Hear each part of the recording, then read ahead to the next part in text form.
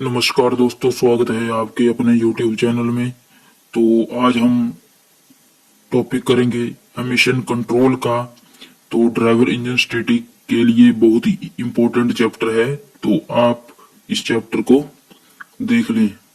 तो शुरू करते हैं। क्वेश्चन नंबर 1 है, वायुमंडल में प्रदूषक किसके द्वारा उत्सर्जित होता है?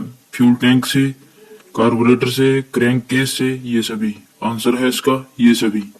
नेक्स्ट है कि यूरोपीय देशों में उत्सर्जन से संबंधित मानकों को लागू किया गया है। तो यूरोपीय से संबंधित वर्ष 2000 में किया गया है। नेक्स्ट है, प्राकृतिक प्रदूषणों में सम्मिलित है। प्राकृतिक में जो प्रदूषण होता है वो किससे संबंधित है? जंगल में आग लगने से उत्पन्न प्रदूषण, पशुओं व पौधों से उत्पन्न प्रदूषण, धूल भरी आंधियों से उत्पन्न प्रदूषण, ये सभी इसका सही आंसर है। नेक्स्ट है, हाइड्रोकार्बन है। तो हाइड्रोकार्बन क्या है? अर्ध रूप से जला ईंधन। नेक्स्ट है, इंजन में कंबशन चैम्बर का ऊपरी भाग बना होता है। तो सिलेंडर हेड से, सिलेंडर दीवारों से। नेक्स्ट है कि बेज कंबशन चैम्बर का भाग जिसमें ईंधन व फ्यूल का मिश्रण होता है क्या कहलाता है? तो उसको कवच क्षेत्र कहलाता है। नेक्स्ट है कि अर्धगोलीय कंबशन चैम्बर में सिलेंडर के ऊपर वक्राकार भाग में होता है, तो उसमें 2 वाल्व होते हैं। अगला है 8वां क्वेश्चन, भारत में स्टेज 4 स्टैंडर्ड के अनुसार कार्बन मोनोऑक्साइड की मात्रा ईंधन में कितनी होती है? तो ईंधन में होती है 1.0 ग्राम प्रति किलोमीटर। ऑप्शन बी इसका सही है।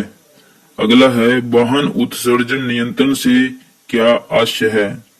तो इसका आंसर है ए, वाहन के स्वाभाविक उत्सर्जन को कम करना। अगला है, निम्न में से उत्सर्जन का मुख्य स्रोत है?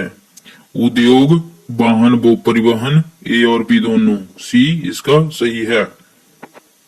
अगला क्वेश्चन है 11वां, उत्सर्जन के नियंत्रण के लिए इनमें से किससे संबंधित ज्ञान आवश्यक है? तो उत्सर्जन नियंत्रण मानकों का, स्रोत का, नियंत्रण उपायों का, उपरोक्त सभी। ऑप्शन डी इसका सही है। अगला है, निम्न में से कौन राष्ट्रीय स्तर एवं अंतर्राष्ट्रीय स्तर के उत्सर्जन मानक है? तो भारत स्तर 1, 2, 3, 4, यूरो 1, 2, 3, 4, ए और बी दोनों इसके सही आंसर है। अगला है, इंजन में दहन प्रक्रिया के फलस्वरूप क्या होता है? तो दहन प्रक्रिया के फलस्वरूप क्या होता है? ऊर्जा और उत्सर्जन होता है, ए और बी दोनों। अगला है, निम्न में से कौन सा युग्म सही है? तो इनमें से बताना है कौन सा युग्म है सही। तो उद्योग जो होता है, उद्योगों में 51% उत्सर्जन होता है। अगला है कि बैच कंबशन चैम्बर का डिजाइन निम्न में से किस प्रकार का होता है? तो इसका जो डिजाइन होता है वो असममिति होता है। अगला है कि ऐसे यौगिक जिनकी संरचना वलयाकार होती है क्या कहलाती है? तो नेफ्थीन कहलाती है। इंपॉर्टेंट क्वेश्चन है।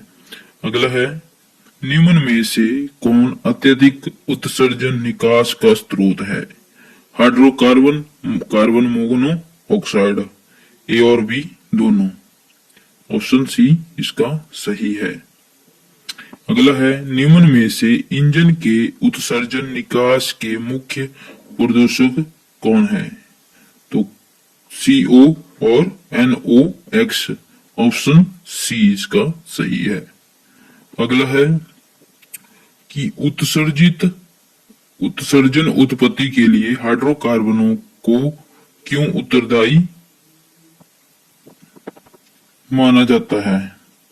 विषैले होने के कारण, अर्ध जले होने के कारण, ए और बी दोनों, उपरोक्त में से कोई नहीं। तो इसका आंसर है बी अर्ध जले ईंधन होने के कारण। अगला क्वेश्चन है क्वेश्चन नंबर 20 कि हाइड्रोकार्बन की किन श्रेणियों में कार्बन परमाणु के मध्य द्वैबंध होते हैं? Paraffin, isoparaffin, aromatic, olefin. तो इसका आंसर है एलिफिन। अगला है एक कार इंजन के लिए CO की अधिकतम संतुलित मात्रा में इनमें से क्या हो सकता है? 2%, 1%, 7.5%, 0.5%। तो आंसर है इसका डी, 0.5% हो सकता है। अगला है हाइड्रोकार्बन का फ्लैश पॉइंट होता है। तो हाइड्रोकार्बन का फ्लैश पॉइंट होता है -45 डिग्री फ़ारेनहाइट। अगला है निम्न में से कौन सा हाइड्रोकार्बन का मुख्य स्रोत नहीं है? वैक्यूम लीकेज, गलत इग्निशन टाइमिंग, वायु तथा ईंधन का गलत अनुपात, चोक में खराबी। तो हाइड्रोकार्बन का मुख्य स्रोत कौन नहीं है? चोक में खराबी, क्योंकि ये पेट्रोल में होता है, बाकी तो ये सारे होते हैं। अगला है हाइड्रोकार्बन का क्वथनांक डैश के मध्य होता है। तो हाइड्रोकार्बन का जो क्वथनांक होता है वो 100 डिग्री फ़ारेनहाइट से लेके 400 डिग्री फ़ारेनहाइट के बीच में होता है। अगला है क्रैंक केस उत्सर्जन में कौन सी गैस उत्सर्जित होती है? तो क्रैंक केस में जो गैस उत्सर्जित होती है वो हाइड्रोकार्बन व कार्बन मोनोऑक्साइड उत्सर्जित होती है। अगला है इंजन में कंबशन चैम्बर में ईंधन की वाष्प को नियंत्रण करने के लिए किस वाल्व का प्रयोग करते हैं? तो PVC वाल्व का प्रयोग करते हैं। अगला है वातावरण में ऑक्सीजन की मात्रा लगभग कितनी होती है? तो वातावरण में ऑक्सीजन की मात्रा होती है 16.85%। अगला है वायु में सहयोगी वह कौन सा उत्सर्जन है जो EGR प्रणाली द्वारा कम किया जा सकता है? तो क्या किया जा सकता है? COHE, NOx, PM। तो NOx नाइट्रोजन ऑक्साइड EGR के द्वारा कम किया जा सकता है। अगला क्वेश्चन है 29वां डीजल इंजन में एयर फ्यूल का अनुपात कितना होना चाहिए? तो डीजल इंजन का जो रेशो होती है 14:1 से 22:1 तक, कई और बुक में 14:1 से लेके 24:1 तक, कई बुक में 16:1 से लेके 24:1 तक अलग अलग है, तो इसी के बीच में होती है।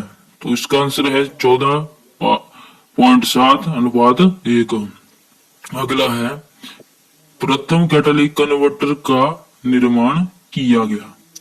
तो सबसे पहले जो कैटालिटिक कन्वर्टर का निर्माण हुआ था वो 1976 में हुआ था। अगला है इंजन में नॉकिंग किसके कारण होती है? तो इंजन में जो नॉकिंग होती है कंप्रेशन, रेशो, कोल्ड मिक्सचर, योजक, ये सभी। आंसर डी इसका सही है।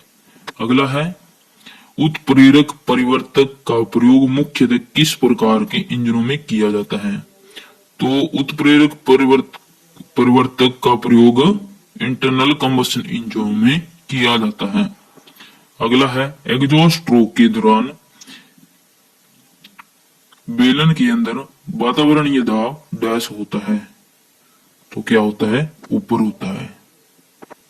अगला है SCR पूर्ण रूप है। तो SCR की फुल फॉर्म क्या है? Selective catalytic reduction. Option A इसका सही है। अगला है 35वां क्वेश्चन है कि चैम्बर मफलर को अन्य किस नाम से जाना जाता है? इलेक्ट्रॉनिक मफलर, रिएक्टिव मफलर, संयुक्त मफलर, अवशोषित मफलर। तो इसका बी सही है, रिएक्टिव मफलर। तो ये थे एमिशन कंट्रोल के कुछ इंपॉर्टेंट MCQ क्वेश्चन। आशा करता हूं आपको पसंद आए होंगे क्वेश्चन। तो अगर आप अगली वीडियो देखना चाहते हैं तो चैनल को सब्सक्राइब कर लें। एग्जाम के लिए काफी कम समय है, इसलिए मैं सारे चैप्टर 1 बाय 1 करके करवा रहा हूं। तो एमसीक्यू क्वेश्चन सभी के होंगे जो जो एग्जाम के लिए इम्पोर्टेंट है, इसलिए आप इस चैनल पर बने रहें।